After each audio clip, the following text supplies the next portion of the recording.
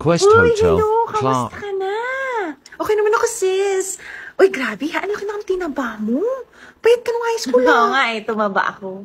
Ikaw, kumusta ka? Tumalino ka na? Nahulog yung cellphone ko mula sa 4th floor. Pero hindi nasira. Kasi naka-airplane mode. Buwisit yung kapitbahay namin. Ang aga-aga, ang ingay-ingay. Nawawala daw manok nila. Eh, hindi naman masarap. Ang kunat pa. Sa Tagalog, anong tawag sa amin? Mataba, mabilog, malusog. Sa Bisaya, tambok. Kaya ko rin magpapayat. Wala lang ako sa mood. Marali ka. Pakarga nga. Gago, bakit? Eh, hayop na tanong ko, ikaw inaanak ko eh. Kada tanong ko sa anak mo, ikaw ang sabat ng sabat.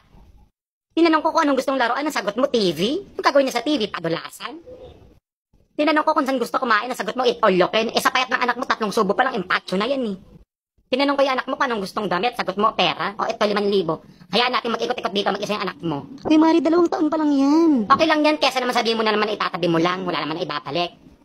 O, ayan, Mari, naglilibot na mag-isa yung anak mo para masulit naman yung 5,000 niya. Halika, aalis tayo. Saan tayo pupunta? Pupunta tayong simbahan, pabibinyagan kita, pakainang anak na din kita. Smosa. Yung sinabi niya na sa'yo lang umiikot ang mundo niya.